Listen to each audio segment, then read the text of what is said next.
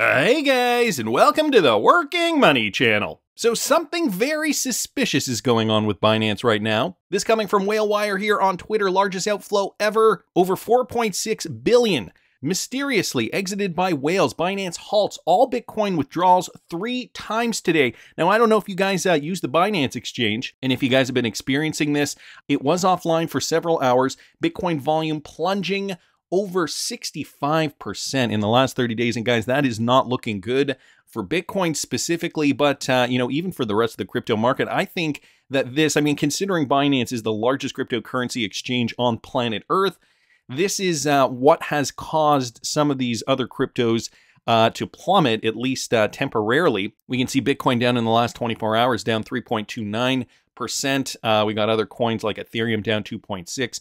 XRP is down 4.78%. Cardano down 3.09%.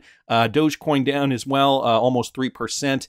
We got the market cap up here, still holding at around 1.15. So, we've lost a little bit, and, it could be due to this Binance situation. Now, a few other people here have been noticing the same thing, a Binance warning.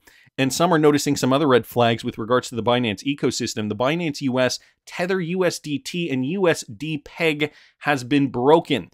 So they're saying here that could be a red flag. So they're saying the dollar peg spiked to nearly $1.30 on high volume, then returning down to $1.03 on low volume. This comes as Binance International has locked users out, another red flag, from withdrawing Bitcoin multiple times today. So that is not good either. This is the USDT to USD peg. You guys can see that did spike up, and I think this is on the, if I'm not mistaken, this is on the 1 minute time frame, it looks like. So guys, we are noticing price declines in the market. I've been talking about Pepe coin over the last couple of days. You can see even Pepe coin is down now about 50%. So don't know if this is necessarily just because of market fluctuations currently, or if this is in fact the end of Pepe coin, but we can see it here in other cryptocurrencies as well, like XRP. XRP is down right now to about 43.6. You guys can see it did come down here. Let me throw it, take it off auto here. It did come down right down in here. We saw it at about 42.5 cents. It did rebound up. Now it's looking very, very slowly trying to V-bottom out of that. But Bitcoin has been the biggest one that has been hit. Bitcoin right now trading at 27.9 as of the time of this recording. So is there a bigger problem with Binance, guys? There are 400,000 pending transactions on the Bitcoin network, and Binance halted transactions due to the congestion and high fees. This coming from Crypto T here on Twitter. I've been warning people about this for months, and the righteous Bitcoin maxis have kept their mouths shut because they can't admit Bitcoin has any flaws. I always tell the truth. Bitcoin has an exploit and it needs to be fixed ASAP. People are uploading useless data to the blockchain, which is making it slow and expensive. So here she's talking about 10,000 pictures of monkeys, a 1.4 gigabyte NFT collection. This community is supposed to be strong enough to handle quantum attacks, but watching it be defenseless to JPEGs is embarrassing. That's a great line. I gotta say, maybe some centralization is good, because this is an obvious problem that should have been fixed by now. Hoping the nodes and miners come together to solve this, but I fear greed has already gotten in the way. This demand may be good for price in the short term, but it simply does not scale. People will leave the network because it is inefficient for both money and for NFTs. I'm researching privacy coins in the meantime, since you can't track each coin to do stupid stuff like this. Unconfirmed transactions, 409,730. So guys, this was happening yesterday evening. Since then, we did get a bit of an update here from Michael Branch. Binance has boosted BTC withdrawal fees, as we did see transaction fees skyrocket last night. So Binance has boosted BTC withdrawal fees in response to a significant backlog of pending Bitcoin transactions on the blockchain. The top crypto exchange by trade volume had for about an hour suspended Bitcoin withdrawals early Sunday morning and had suspended them for a second time throughout the day. Pending Bitcoin transactions refer to those submitted by users, but yet to be added to the blockchain by network miners. Unconfirmed transactions sit in the blockchain's meme pool, which on Monday morning recorded its highest ever count in its 14-year history at 444,000. So, wow, that is huge for the Bitcoin network. At times like this, when demand for Bitcoin block space is competitive, miners will opt to prioritize transactions with higher fees attached. Binance has not accounted for the increased demand, which led to longer withdrawal time. So Binance, could they have been, a collateral casualty in all this? Binance did respond yesterday, saying we've temporarily closed Bitcoin transactions, or rather Bitcoin withdrawals, as the Bitcoin network is experiencing a congestion issue. So it really didn't have anything to do with Binance, but this was their way, I guess, of mitigating the problem. The team is currently working on a fix until the network is stabilized and will reopen Bitcoin withdrawals as soon as possible. Rest assured, funds are all safe on the exchange. And then they followed up here with a tweet yesterday afternoon. BTC withdrawals have now resumed on Binance. Thank you for your patience, and we apologize for the inconvenience. Now, this happened a couple of times. This was just, one statement from Binance mentioning that I'm thinking this was the first time that this happened yesterday,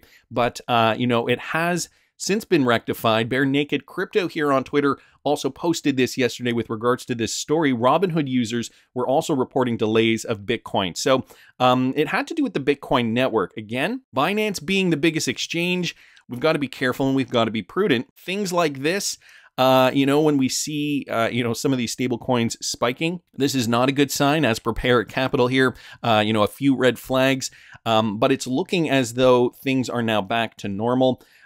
Is this, maybe should we be worried that Binance is going to collapse similar to FTX? I don't think so. I don't think this has anything to do with their fundamentals. Nevertheless, I will be keeping my eye on this story, guys, and, letting you guys know if I do hear anything else. Ian Bin's on Twitter posting this. I've also been wondering the same thing over the last few years. Why was XLM getting a free pass when the SEC had decided to sue XRP? And there are a few reasons for this. I'm actually kind of glad I came across this tweet thread. Wheezy responding here, they believe forks are less likely to be a security. And considering XLM is a fork of XRP, this is why they're not going after Jed and the Stellar Foundation. There are some other explanations too. This one from Sammy here on Twitter. The second attempt, a short-lived fork of the Ripple code. Okay, so this is talking about the fork. However, they're calling it Stellar here, which is not the name of the blockchain. We have planned to develop SCP and slot it into Stellar when ready, but instead decided to build a new system from scratch around SCP called Stellar Core and describe it in this paper. So a fork of XRP, not going to attract, I guess, as much scrutiny from the SEC, from the regulatory bodies. Fusion down here saying, there's enough carnage in the industry as it is, so keep your mouth quiet. Somebody else down here, Daniel, said they are a nonprofit working with the UN. Because the Stellar Foundation is a nonprofit, says Dirk, the SEC would have a hard time going after them. I hold XLM and XRP because they are both amazing coins. So some connections here. We know Jed McCaleb also has deep connections to cryptocurrency as a whole. Blacksmith down here saying same pass as Mt. Gox. And so they are grandfathered in. And Jed McCaleb was one of the founding members of Mt. Gox, who did work to run that at the beginning.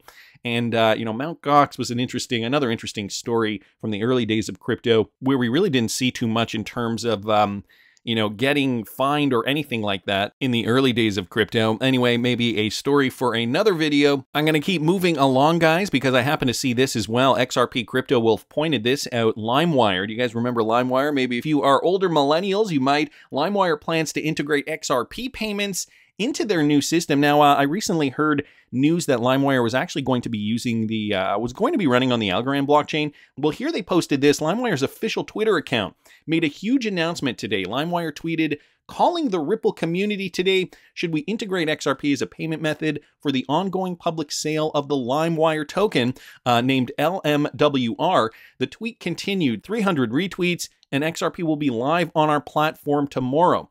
As of the time of this writing, the tweet has already received well over 730 retweets, so it appears LimeWire will integrate XRP very soon. So check this out, guys. Very cool news for those of you guys who were into the peer-to-peer sharing scene back in the early 2000s. LimeWire, one of those very prominent companies, came around, the time of Napster. They were calling on the XRP community. They're looking to integrate XRP as a payment. And so, the XRP community did respond, and they're happy clearly for this update. Previously reported, the original LimeWire was a free peer-to-peer file sharing client for Windows, Mac OS, Linux, and Solaris. Most people used LimeWire to download and distribute pirated material, particularly pirated music, but since they have changed ownership, and completely change their business model too. LimeWire is making a comeback, and it has separated itself from the original founder, Mark Gorton. So, a user here saying, as an old LimeWire user, I'm excited to see a comeback of LimeWire after so many years. An OG platform leveraging blockchain now. So they're completely, mixing it up, changing their structure, leveraging blockchain for content creators. And that's something that we have been needing for some time. Looking forward to seeing how this plays out. So guys, LimeWire now, not only running on what I believe is the Algorand blockchain. I'm sure that is the case if my memory serves me correctly. Yeah, that was from a few months ago here, just doing a quick Google search. You guys can see that LimeWire selects Algorand blockchain for the relaunch of its digital collectibles marketplace. So yeah, I talked about that a few months ago. Now they are looking to utilize XRP for payments. So a move in the right direction, completely changing the game here, guys. And, I'm hoping we are going to see more projects like this in the future. So I wanted to thank XRP Crypto Wolf for bringing that up. So, listing cryptocurrencies in the United States on one of the biggest cryptocurrency exchanges in the United States has been a task that has kind of been, veiled in mystery, maybe we could say. Wheezy at Nerd Nation Unbox, talking about Coinbase here, okay, and why they in fact listed XRP. Well, guys, we have reasons as to why, and maybe some more reasons as to why they delisted XRP. When Coinbase launched in 2013, who were the two biggest investors? He says Union Square Ventures and Andreessen, so Andreessen Horowitz. When Ethereum had its ICO, who were the two biggest investors? USV and Andreessen. So the same companies, both founders of USV and Andreessen Horowitz, sit on the Coinbase board. That is why they delisted XRP. So Ashley Prosper just asking, so then why would they list XRP in the first place? Very good question, because if you guys have been in the community for a long time, you probably would remember the battles, the animosity between Brian Armstrong and Brad Garlinghouse. Brian Armstrong has never really been a proponent of Ripple and XRP. He's been, this Bitcoin maxi character who, started the Coinbase exchange. And then, of course, the rest is history. Wheezy here posting this. That's what gets me. If you look back at everything Coinbase has said about Ripple and XRP, it has been negative. Listing it has always been an issue, even though they've been the third largest token by market cap. And if you guys remember way back then, XRP even surpassed Ethereum at a point during the bull run of 2017 for market cap status. So this was a tweeted out by Brian Armstrong back in 2015. He says, Ripple, Stellar, and altcoins are all a distraction. Bitcoin is way too far ahead. We should be focused on Bitcoin and sidechains. And I feel like this is one of the more tame tweets from Brian Armstrong, again from 2015. Well, guys, we got some more information here. Another one from Wheezy at Nerd Nation Unbox. The CLO of Coinbase, Brian Brooks, was speaking out on Coinbase's listing process, going off the CRC rating. Now, they give coins a rating of 1 to 5, 5 being most like a security, 1 being least like a security. And so Wheezy explains that here. Rating of a 5 is a security. XRP has been rated a 4 by the CRC. So that was how Coinbase, decided based on, their analytics. XRP was listed, though, by Coinbase on February the 19th. Now, I got to point this out, okay? This interview was done back in March of 2020. So before the Ripple XRP lawsuit was announced, this is what Brian Brooks had to say about that. First of all, I want to distinguish for the listeners between taking factors like liquidity into consideration for purposes of determining what the rating is, which we never do. In other words, just because something's liquid does not mean a 4 becomes a 3.5. We have no fear or favor in terms of the ratings. But then there is the question of when are you willing to list a 4? So I'll tell you, at Coinbase, generally speaking, we haven't listed anything above a 4.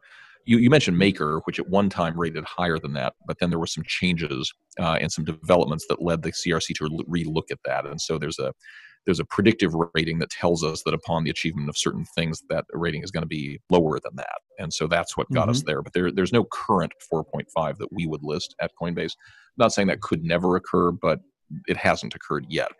There are actually, now that I'm looking at it, I don't see Maker currently listed, and it is still at 4.5. So maybe that's consistent.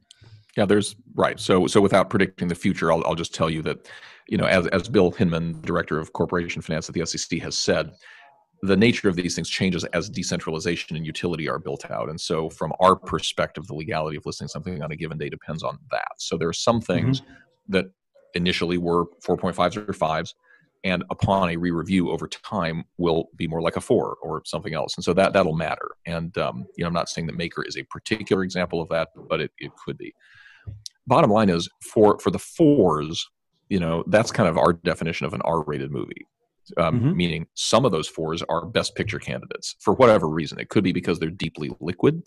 It could be because they're playing a critical role in the development of some aspect of crypto that we believe as a technology matter is really, really important for the world. It could be that it's got some role in solving education in the developing world or world hunger or climate change or something like that. And so we do take those things into account in deciding which 4s to list.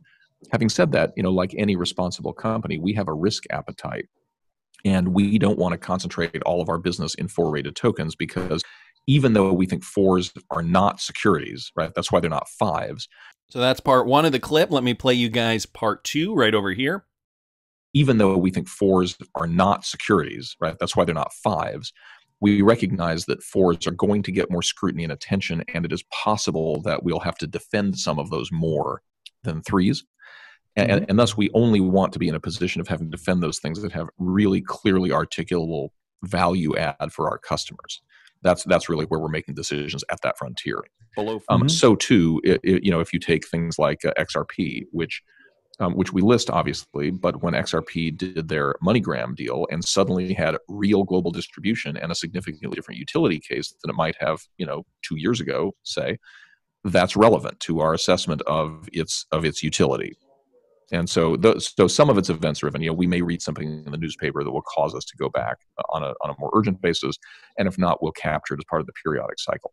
Okay, so there you have it. Brian Brooks explaining why Coinbase listed XRP, rating it a 4 to begin with. So very, very close to being a security, but, he likened it to the movie rating system, whereas, you will still see 4s that will be nominated for Best Pictures, maybe at the Oscars or somewhere else. He compared them to R-rated movies, and that is because certain coins will have certain attributes. So in the case of XRP, it got that MoneyGram partnership, and then the rest was history. Coinbase was very comfortable listing XRP. So coming a long way from the time when Brian Armstrong was saying, Ripple, Stellar, altcoins, they're all a distraction. This was a very tough time for us in cryptocurrency because, these altcoins, right? We knew they had utility and they needed to be liquid. And, companies like Coinbase were very resistant for a very long time. Finally, they relented, but then we got the SEC lawsuit. But I think this kind of thing, guys, would play into the grander picture, too, of where the judge will see XRP vis-a-vis the SEC lawsuit. Obviously, there's a purpose, a grander purpose. Judge Torres does probably realize how influential XRP is worldwide, even if it is not being used in a meaningful capacity in the United States currently. So Brian Brooks here in these great clips, courtesy of Wheezy at Nerd Nation Unbox, laying it out on the line. Well, it's been a rough day for crypto, but guys, this is going to turn around very, very soon. That's just my opinion, but I want to hear what you guys think. Please subscribe to the channel if you haven't already. Like the video if you like the content I'm providing. I always love hearing your comments. See you in the next one, guys.